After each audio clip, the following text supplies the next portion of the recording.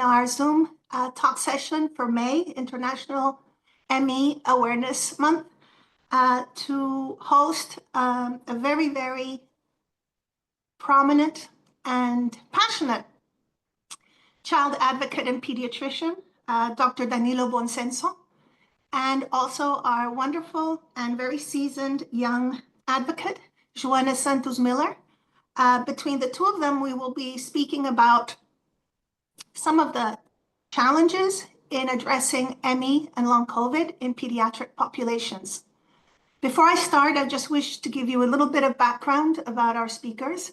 Dr. Danilo Buonsenso is a pediatrician at the Gemelli University Hospital in Rome, and he's also a member of the research committee of the Global Health Research Institute of Catholic University in Rome as well.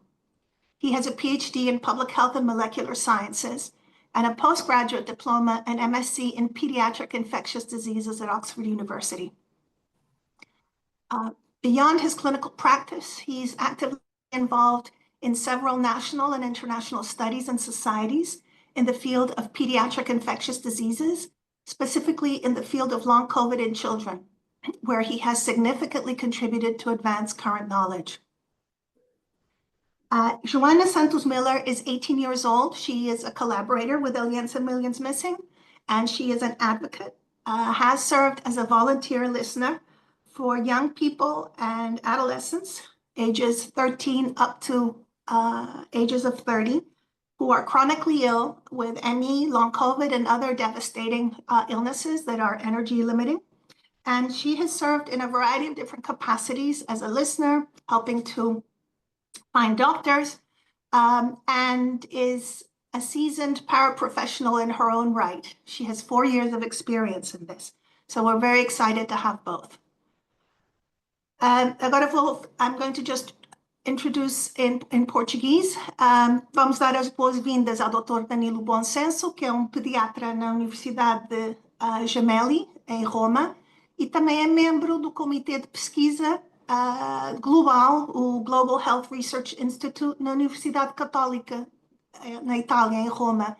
Ele tem doutorado em saúde pública e ciências moleculares e diploma pós-graduado e um mestrado em doenças pediátricas infecciosas na Universidade de Oxford.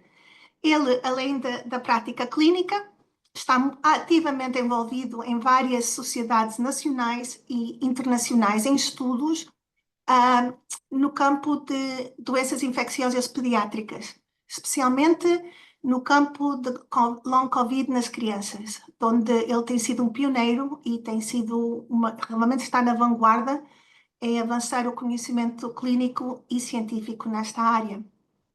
E juntamente, hoje, temos o privilégio também de ter a Joana Santos Miller, que é uma ativista de 18 anos, que está colaborando com a Aliança Millions Missing e que já há 4 anos tem trabalhado em uma série de posições de voluntariado, apoiando a outras crianças, adolescentes, que estão vivendo com encefalomielite miálgica, Covid Longa ou outras doenças crónicas altamente debilitantes e fatigantes há 4 anos. E também traz uma trajetória já de paraprofissional. Então, sem mais, gostaria de começar a sessão hoje. And Dr. Bonsenso will start off by asking you, how did you come to start addressing long COVID and ME in children as a pediatrician? What was your journey? Hi, thank you very much for your kind invitation and your introduction. I'm very happy and honored to be here talking with you about these topics. So basically, even before the pandemic, I was and I am a pediatric infectious disease doctor. So I was used well soon before the pandemic dealing with acute and long-term chronic infections, starting from the classic acute infection, respiratory infections, bone infections, sepsis, and meningitis. But as a pediatric ID doctor, I was involved in other chronic infections like tuberculosis, for example, but also congenital infections. And this gave me the background to be aware that some infections do not solve with the acute infections, but lead to long-term sequelae. The very classical example is congenital cytomegalovirus infection, which even if it's asymptomatic or mildly symptomatic at birth, can give long-term neurocognitive or sequelae like sensory neuronal hearing loss or neurocognitive decline. Or, for example, we are very well aware of Epstein-Barr virus infections, which is linked with myalgic encephalomyelitis, but also with the development of other autoimmune conditions. The link between Epstein-Barr virus and multiple sclerosis or several cancers is well known. But I can do the example of measles as well. Measles is seen as a self-limiting acute infection in children, but it's a very dangerous disease indeed, not only for the acute disease, but also it's linked with the, even years after the initial infection, it's linked with the subacute sclerosing panencephalitis, as well as other encephalitis and immune dysfunction. The HIV is another classical example. So given this background, when we started to see the initial COVID cases, I just had an open mind and said, okay, although we have initial information that the acute disease can be mild, let's see what happens in the long term, because we don't know this virus, and we know from other viruses that something can happen even in the long term. And overall, and more importantly in general, although we know that some viruses are mostly mild in children, for every virus, we have the exception of some severe cases, even during the acute disease. So to me, it was really routine practice to following up these cases, but also children, newborns born from mothers who got COVID during pregnancy. It was just a continuation of my job, honestly. Excellent. Joanna has some questions that she's garnered for you. She did some crowdfunding, and so I'm going to take it over. Joanna, please, you have a series of questions for Dr. Bonsenso.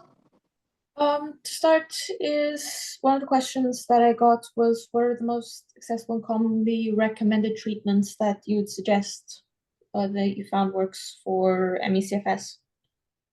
Okay, so I would say that the first step about treatments is a proper recognition, first of all, and diagnosis. This is the very first step, and I'll tell you why. I'm saying this because nowadays we only have off-label treatments for myalgic encephalomyelitis and long COVID, particularly young people, because we don't have yet a fully established and effective treatment. But we know a lot about the physiopathology of the biological and organic events happening during long COVID. So this means that at least in the most severe cases, I believe we have an ethical space to try off-label or compassionate use of medications following the biology of these conditions. But the very, very first step, and this is part of the therapeutical approach, because we as doctors do not only need to treat, but need to care about patients in general. The first step is recognizing that long COVID and myalgic encephalomyelitis are really real biologically based organic conditions. And this may seem obvious for us or for you as a patient, but unfortunately still 95% or more of patients are neglected, are labeled as having a functional disease, do not receive a formal diagnosis, and this means that they do not receive any type of support, which is a support for daily practices or support from a pharmacological perspective. So the first point where I will push our efforts will be let's all recognize that long COVID and myalgic encephalomyelitis are real diagnoses, have several biological events fully demonstrated by independent studies. Actually, not many diseases have such a strong evidence with model-based diagnostic tools as long COVID and myalgic encephalomyelitis. So the first step is let's recognize the diagnosis. Then we have a number of approaches. Pacing is nowadays the only entirely recognized approach. With pacing means trying to learn and understand those level of physical or mental activities that do not trigger post-accessional malaise. Because our goal is to have a minimal amount of activities without triggering crashes of post-accessional malaise. But for some cases, patients are so severe that pacing means really doing nothing. We have adolescents who cannot like wash in autonomy, cannot do more than 50 steps per day, need to lay down 15 or more hours a day. So in these cases, pacing is not enough, of course, because these children, maybe the classically my patients were playing football or any other sport until COVID, and since then they were not able to do anything. In those cases, very severe cases, I think we can follow the biology. We have, of course, we need to do these treatments within clinical studies, trials, or off-label or observational studies.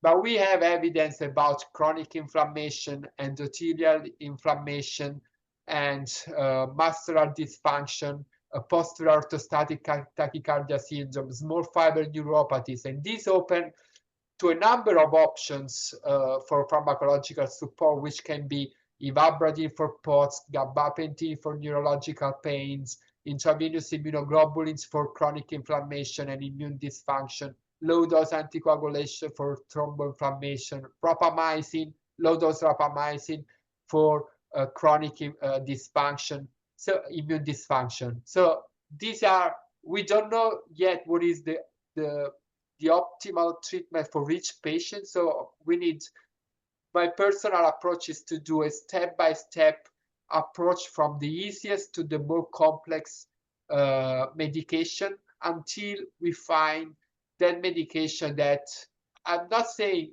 it's curing long COVID or me, but is giving that percentage of energy that allows patients to go back to school or go back to work. Yeah, absolutely. Are there any specific treatment protocols that you use at your clinic? Yeah, so we have implemented both a specific diagnostic workup and therapeutic protocol. I have a blog. I've also written a book, which is also available in Portuguese, where I've talked about the neglect that patients and doctors as well are experiencing, because let's not forget that even doctors trusting long COVID and myalgic encephalomyelitis patients most of the time are neglected by colleagues. So I put everything clear on my resources and also scientific publications.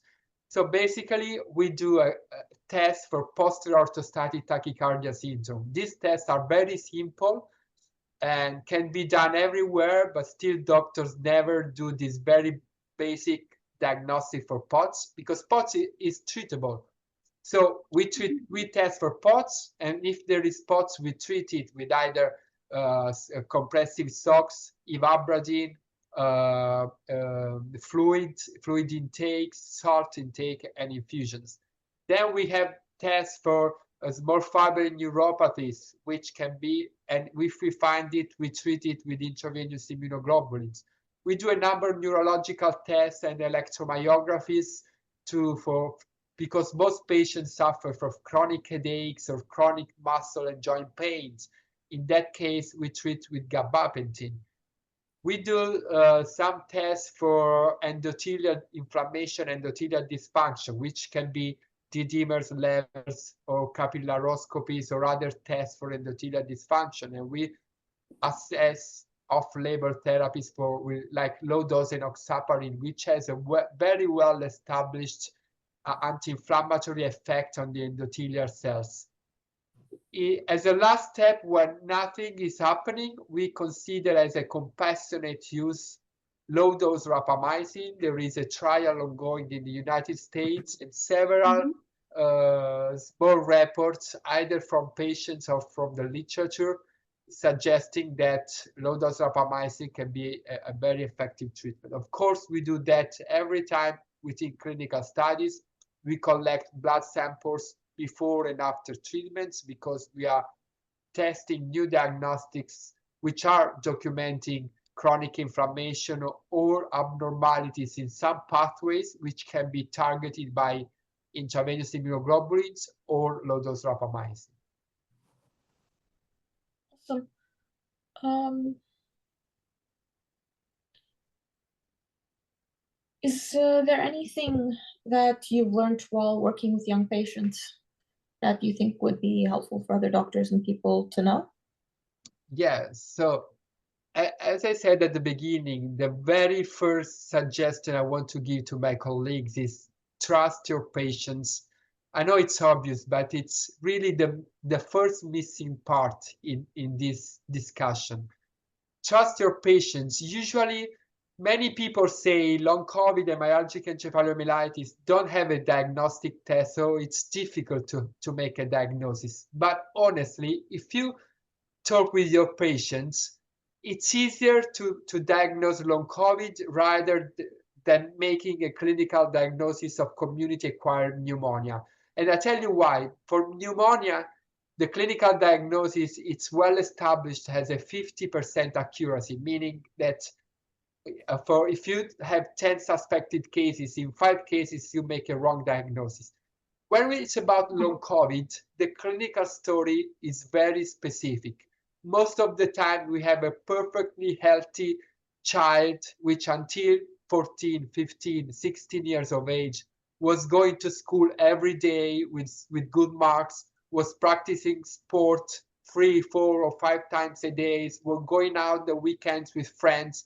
Suddenly, they have an infection and they are not able to do anything about that. But the difference between a functional disorder is that patients with long COVID and myalgic encephalomyelitis, for a certain amount of time, try their best to go back to school, to go back to sport. But after 1 hour of school attendance, they crash and feel headache, confusion, and like lack of energies. They try to go to sport, but after 20 minutes, they are collapsed, while before they were training every day. They try to go out with friends, but they find no energy, so eventually they stop going out with friends because they also feel ashamed of not being able to be out. So this clinical story is very specific. There is no other diseases that have this clinical presentation.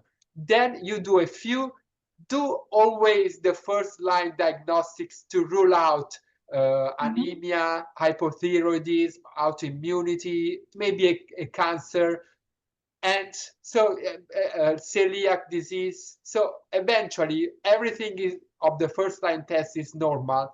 The clinical diagnosis of long COVID or me in this case is very, very easy, easier than other steps. You need only patients. In a few weeks or a few months, you are able to get the diagnosis. Having the diagnosis is the very first important step because it allows you to do certificates for your school to say, okay, this patient needs support. She cannot miss 2 years of school, but plan a new school timetable. Allow them to have a hybrid lesson. Allow them to have mixed. Allow them to have very planned in advanced school marks and school examinations because this patient is ill as any other patient with a cancer or any other chronic disease. This is important because patients, if have this kind of recognition, they can be supported by the society. They are not missing schools because school friends know that Juana or anyone else are not pretending a functional disease. They are ill and they need support. This is the first step, because if the society is supporting you with a diagnosis, this is the first step to find the balance between remaining in the society and then or being abandoned by the society. Very first step is this one. Then I tell my colleagues, do the first level diagnostic for long COVID. It's very easy. 10 minutes, send test, 24 hours electrocardiogram with heart rate variability, cardiopulmonary exercise testing. Even these 3 simple tests allow you to recognize that fatigue and POTS are real.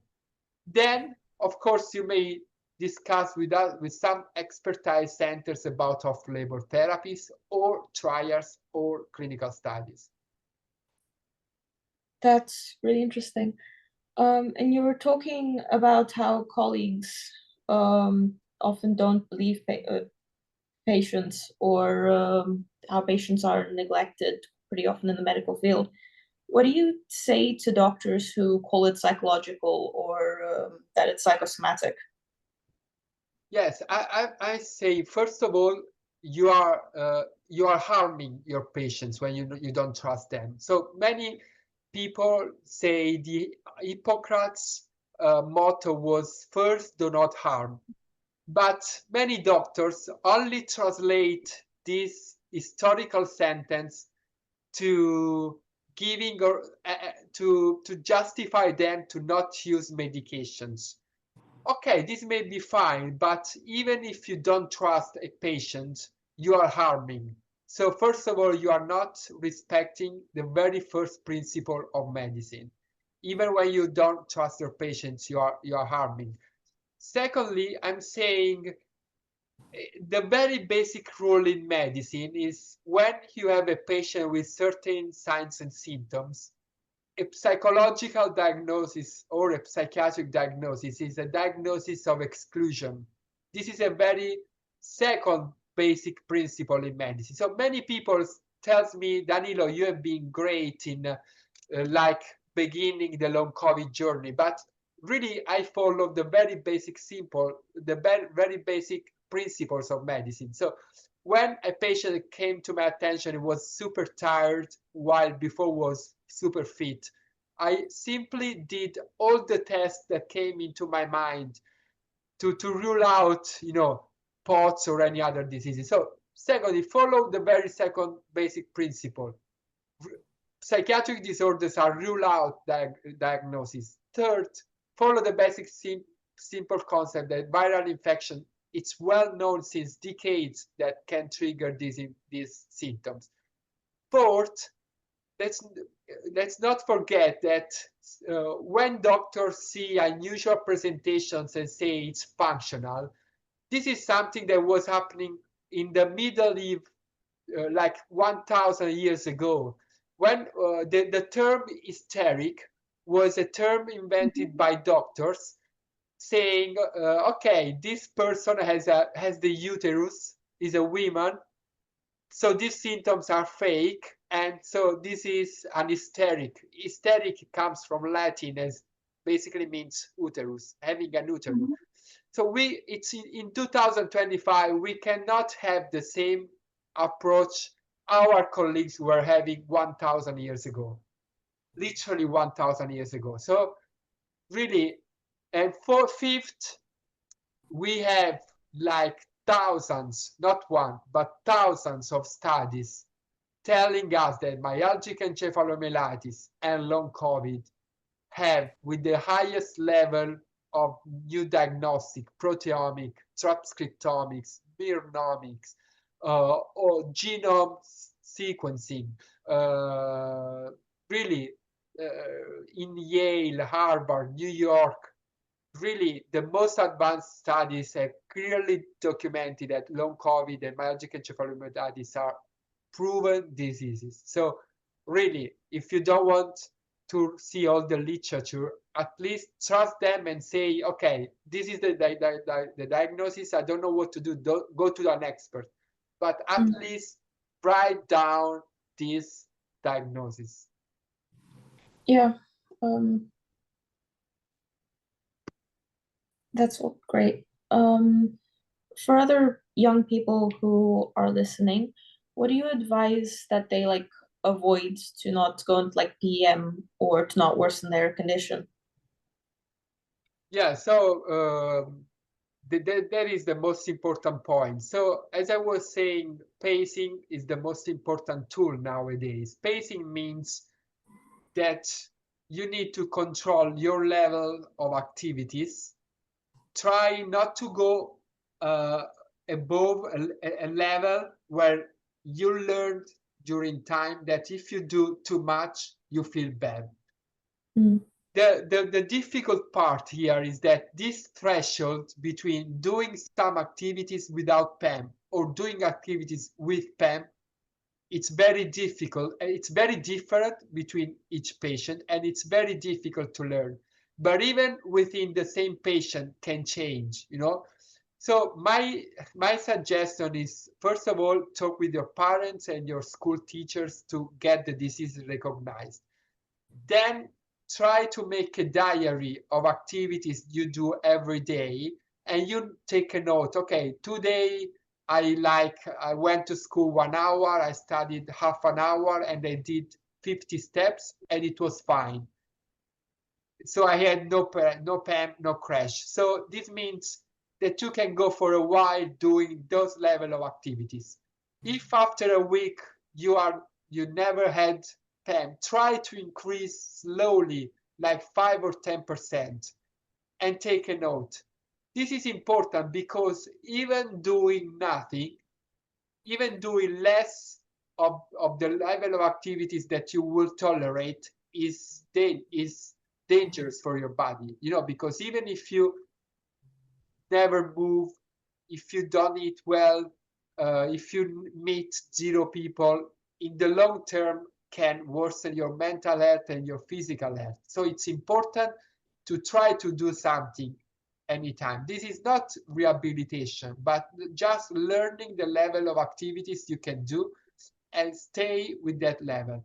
Another thing that can help, we are having more and more wearable devices that can tell you if your heart rate variability or your level of sleep is fine or you are too much stressed or disturbed. So a diary and wearables can help you to do that minimal level of activity. So please, if you have a level of 100 steps per day, try to do those 100 steps per day.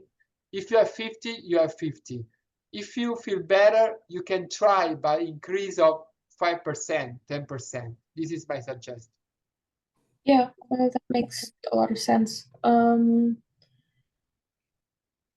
These were most of the questions that I got. I don't know if anyone else has any other questions that they'd like to ask. Yes, we have a couple here. I think first we received some queries, Dr. Bonsenso. Do you do teleconsultations outside of Italy? And if so, what's the process? Yes, I do online consultations. Yes, both with patients, sometimes even family doctors can participate if they are willing to, and they can either email me on my institutional office, and then because I'm lucky to work in a very big hospital that has also a dedicated space and flow for international patients. So you just drop an email, or I have also a blog where I publish every Sunday news in the field of long COVID and myalgic encephalomyelitis, and also patients can contact me there, and I can direct them for the process. The blog is called Bonsenso and the Kids. It's relatively easy. It's an excellent blog. Okay, yeah, I see patients. So in theory, I'm a pediatrician, but given that I discovered there is a huge gap for young people, so eventually I started to see patients up to 30, 35 years old because there is no one following them in Italy initially, but not only. So people up to that age, I'm are free to contact. Wonderful. We wanted to ask if we have your permission to advertise or to disseminate the link to your blog and also the link to the Portuguese translation of your book. Yes, we would of like course. to be able to that. Okay, wonderful. Yes, of course. I think that will be useful because it's also useful for doctors or for the public opinion. We really need the public being more aware of this condition because patients need support from the society as well. Mm-hmm. So we didn't get a chance to tell you this, but we received the excellent news that Solve ME in the United States will be covering the travel for your participation in our conference in Porto. Oh, thank you very much. Thank you very much. We're really super excited that you're going to join us. Without giving too much away, can you give us just a little glimpse of what you might cover and what you most hope for your fellow pediatricians, Portuguese pediatricians that will be in the audience? Yes, I will most probably cover evidence, even from personal studies, some new unpublished studies that long COVID and myalgic encephalomyelitis are real objective organic disease with clear evidence of chronic inflammation, alterations of the mTOR pathways leading to chronic inflammation. And I will share most probably stories, we are not 100% successful, but many times stories of patients that are at least able to go back to many of the pre-infection activities. Fantastic. This is, I think, very important, is that this is a very serious and these are very serious and complex conditions. But within that, there's some element of hope. And if you are able to manage some of the symptoms and some of the comorbidities, you can actually resume some functions. And in some cases, some people have been lucky enough and sufficiently well treated clinically to be able to resume many of their former functions. And so I think communicating the complexity is important, and also that there is reason for hope. And I don't know if Joanna, if you have, now that you've had some time to think and absorb what Dr. Bonsenso has been saying, do you have any thoughts about his approach, your experience? I like his approach, and I agree with everything that you've really said. I found it to be pretty true, especially the approach to just doing what you can without being tired. I think it's also good mentally to be able to get out and about or just do what you can. It's good physically and mentally, because being isolated inside your house pretty often, it can be pretty lonely. So it's good that people do the best that they can to just do what they can. That's a very great point. So if I can add a few sentences on this point. So many doctors send patients with long COVID and myalgic encephalomyelitis to the psychologist or to the psychiatrist, which in general is also fine. This is also something I do. The problem is when you only send these patients to the psychologist or to the psychiatrist, because as I always say, these patients have a disrupted life. They were running around every day, and now they are bounded at home like most of the day. Anyone will suffer from a mental health perspective. So I am the first that says, while we start treating the biological roots of the disease, these patients need to have support from the psychologist or the psychiatrist according to the impairment of mental health, because these patients need to learn and accept, at least for a while, a new life, a new routine. Pacing in a teenager is something very difficult to be accepted. So, of course, the mind and the body live together, and both need to be supported. The problem is when you only say go to the psychiatrist because you are pretending a functional disease. So I obviously support, a comprehensive multidisciplinary approach. Yeah, absolutely. I think that is the right approach to treating people with ME/CFS. I think it's the best one that we've got so far. Thank you. And we have one last question, which I think you've covered, but as my mentors used to say, sometimes you have to repeat things until they're finally understood. And our last question is, if you could speak directly to pediatricians watching today, what would you most want them to take away from this 1 hour talk show? And what would be the one message you would want them to take back to their clinical practice? But I think it's straightforward. Long COVID and myalgic encephalomyelitis are evidence-based biological diseases. Any other biological disease in medicine with clear proof about chronic inflammation, immune dysfunction, muscular inflammatory processes. It's not just functional disease and resting. There is evidence. If you trust these patients, because if you don't trust these patients, even the research is impacted because we are not getting funds because we have reviewers thinking this is a functional disease.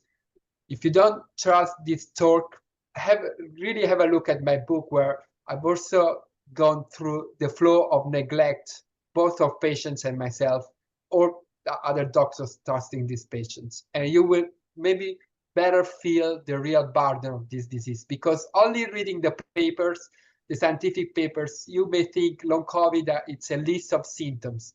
From the tables of papers, you don't feel the real struggle these patients are suffering. Well, Dr. Bonsenso, we really want to thank you for the privilege of speaking to you. You have been extremely generous, really open. You have such a young spirit, and we're very excited that you agreed to take part in this, both you and Joana, who, as you can see, is very knowledgeable about this illness as well, and has been working very, very hard to show young people and young adults that there are ways in which you can advocate for better care and ways to take care of yourself. So for us, it's such an honor. You have no idea. So grazie, muito obrigada. Thank you very, very much. Thank you. Bye-bye. Bye. No, Dr. Bonsenso, one last thing. I've stopped recording now. Okay. We need, if you don't mind, Mariana is also on the phone, and so she will. We need the link to your book and any kind of information in terms of your blog and how we should contact you. If we can follow up so that we have that exactly the way it should appear for it, that would be really wonderful. Okay, I'm sending the link now, but you can put it as ever you prefer. And the book, though, the book is a PDF format, right? There is both a Kindle format or printed format.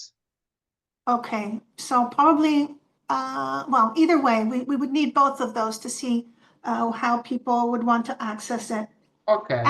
And we'll be in touch for planning your travel. Next steps. Perfect. Perfect. We're really excited. All right. Bye-bye. Thank you so much. Bye. Bye-bye. Bye-bye. Joana, estás aí? I'm here. Então, tudo bem? Yeah, I think it went okay. I think it went really well. That's good. We're back.